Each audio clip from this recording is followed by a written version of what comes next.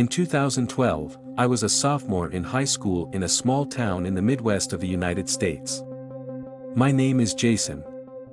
I lived with my mom, dad, and little sister Emily. Starting a new school is always hard, but for me, it was even harder because we were a family constantly on the move. My dad's job required us to relocate frequently, which meant I never got to make lasting friends. On my first day at the new school, everyone was giving me strange looks. Being the new kid always drew attention, but this time I felt something different. When the first bell rang, I walked to my class and took a seat at the back. Our teacher, Mr. Harris, introduced me to the class and asked everyone to help me settle in. But from what I could tell, there weren't many friendly faces in the room. During recess, while I was wandering alone, a few kids approached me. Among them was a tall, muscular boy who seemed to be the leader. I later learned his name was Kyle. He came up to me and said, "New kid, you need to learn the rules around here." Before I could understand what he meant, Kyle and his friends shoved me, causing me to fall to the ground. That moment made it clear that tough times were ahead for me.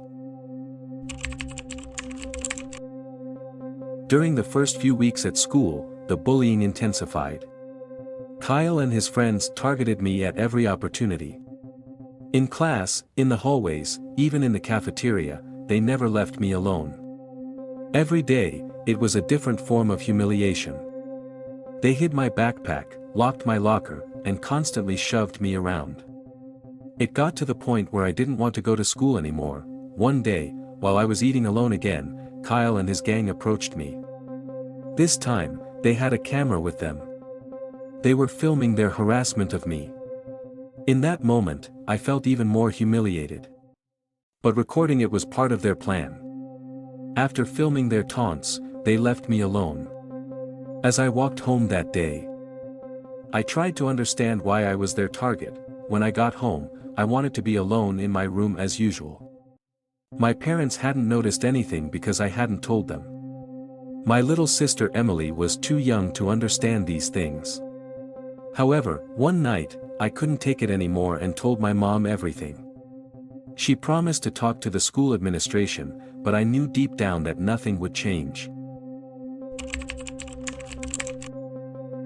While the bullying continued, I met my only friend at school, David.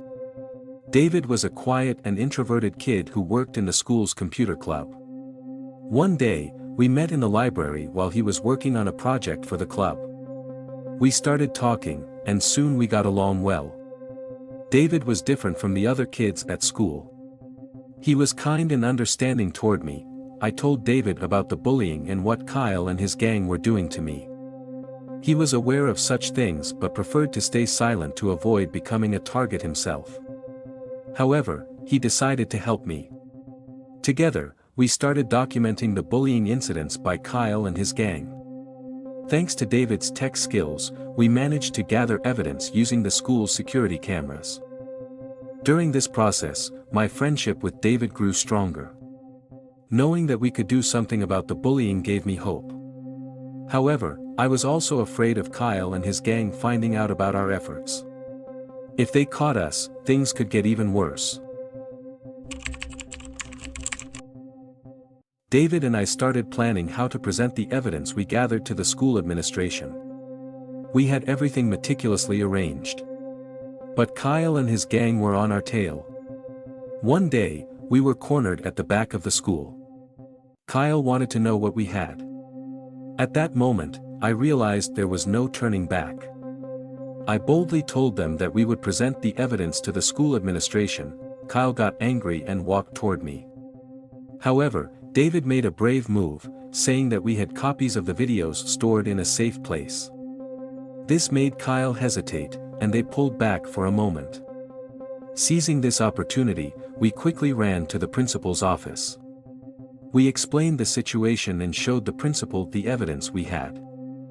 The principal understood the severity of the situation and took immediate action. This incident was a significant turning point for me. Kyle and his gang faced disciplinary action, and the bullying stopped. However, the impact of these experiences stayed with me for a long time. My friendship with David grew stronger, and we always supported each other. For the first time in my life, I felt safe and strong. But this story didn't end here, because Kyle's quest for revenge was not over yet. After Kyle and his friends received their disciplinary actions, the atmosphere at school calmed down for a while. I no longer had to deal with bullying and could focus better on my studies. My friendship with David had strengthened. We spent more time together, working on computer club projects. However, I still felt a sense of unease. I didn't believe Kyle would give up so easily. One day, while David and I were working in the library, I thought I saw Kyle at the back door of the school. I panicked instantly, but when I looked again, no one was there. I told myself it was just my imagination playing tricks on me. However, a few days later, I noticed Jake, one of Kyle's friends, constantly glancing at me. At that moment, I realized Kyle was still up to something. This situation forced me to be more vigilant. I told David what had happened, and we decided we needed a plan. If we thought Kyle was really seeking revenge, we had to be prepared. David suggested setting up a hidden camera system to monitor Kyle's movements. This could give us a chance to understand what was going on. Following David's suggestion, we spent several weeks setting up hidden cameras around various locations in the school. These cameras would allow us to monitor what Kyle and his friends were up to. Our plan was quite risky, but we had no other choice. We were extremely careful not to get caught while installing the cameras. Finally, everything was set up, and we were eager to start monitoring. For the first few days, our cameras didn't capture much. Kyle and his friends seemed to be going about their normal lives. However, one night while David and I were watching the footage, we noticed Kyle and Jake having a secret conversation. We couldn't hear their exact words, but from their facial expressions and gestures, it was clear they were planning something. At that moment, we realized a bigger problem was looming. David and I discussed how to handle this situation. Could we present the evidence we had to the school administration? Or should we try to solve it on our own? Meanwhile, we realized we needed more information to understand what Kyle and his gang were planning. However, we were getting closer to danger with every passing moment, and one wrong move could ruin everything. As we continued monitoring the cameras, we managed to capture some of Kyle and his friends' conversations about us. Apparently, Kyle was planning his revenge. We couldn't understand exactly what the plan was, but we knew it posed a serious threat to us. We had to be more careful with every step we took. One night, while watching the footage at David's house, we noticed Kyle and his gang hiding something at the back of the school. The next day, David and I went to school early to try and find what they had hidden. It was a dangerous venture, but we had no other choice. In the backyard, we found a box buried under the soil. The notes and plans inside the box showed just how far Kyle was willing to go. We decided to take the evidence we found to the school administration immediately. However, just as we were about to leave, we were caught by Kyle and his friends. This time, there was no escape. Kyle took the evidence from us and threatened us. "You've chosen what happens next," he said. At that moment, we realized how much danger we were in. We were in the grip of fear, and we had to find a way out. Kyle's threat deeply shook us, but we were not ready to give up. Together with David, we decided to securely hide the remaining evidence we had. We needed to reach the school administration, but Kyle and his gang were constantly watching us. Therefore, we had to move more cleverly and strategically. Following David's suggestion, we started hacking into the school's security systems to gather more evidence. This allowed us to monitor Kyle and his friends' movements in greater detail. It also revealed just how dangerous Kyle's plans were. There was no turning back now. We had to see this through to the end. One night, we learned that Kyle and his gang were planning a major attack. We needed to report this plan to the school administration immediately. However, with Kyle constantly watching us, this would be difficult. David and I, making one last brave move, decided to take the evidence directly to the school principal. This would either be the end of everything or a new beginning for us. David and I were determined to get the evidence to the school principal. However, we knew Kyle and his friends were constantly watching us. Therefore, we had to make a secret plan. One night, we sat down at David's house and devised our strategy. The only way to safely get the evidence to the principal was to create a diversion. The next day, David stayed in the school computer lab while I decided to go to the principal's office. David would hack the school's security system and create a fake alarm to distract Kyle and his gang. Meanwhile, I would try to deliver the evidence to the principal. Our plan was working perfectly. David successfully triggered the alarm, and Kyle and his friends ran towards it. Taking advantage of this opportunity, I quickly made my way to the principal's office. While speaking to the principal, I presented the evidence and explained the seriousness of the situation. The principal promised to take immediate action and ensure our safety. After examining the evidence, the principal initiated a wide-ranging investigation at the school. Kyle and his friends had to answer for their actions. The school administration was determined not to cover up these incidents, and student safety was the priority during this process. However, we knew that Kyle and his gang would not give up easily.